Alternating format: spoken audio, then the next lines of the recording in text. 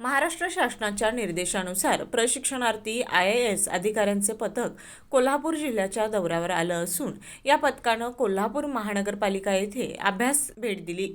या पथकात एकूण 10 परीक्षार्थी IAS अधिकाऱ्यांचा समावेश आहे। सकाळी महानगरपालिकेच्या आयुक्त कार्यालयास भेट देत अधिकाऱ्यांनी आयुक्त के मंजुलक्ष्मी यांची सदिच्छा भेट घेतली। यावेळी त्यांनी महापालिकेच्या विविध विभागांचं कामकाज, प्रशासकीय रचना तसेच सुरू असलेल्या विकास कामांची सविस्तर माहिती जाणून घेतली। आयुक्त कार्यालयातील मीटिंग हॉलमध्ये आयुक्त के मंजुलक्ष्मी यांनी सर्व प्रशिक्षणार्थी अधिकाऱ्यांचं राजश्री छत्रपती शाहू महाराज यांच्यावरील पुस्तक देऊन स्वागत केलं।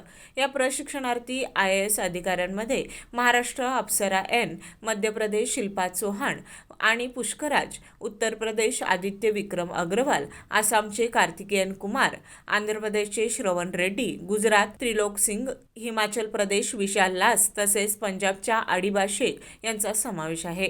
यानंतर अतिरिक्त आयुक्त रविकांत अडसूळ यांनी शहरात सुरू असलेल्या विविध प्रकल्पांची स्लाइड शोद्वारे माहिती दिली।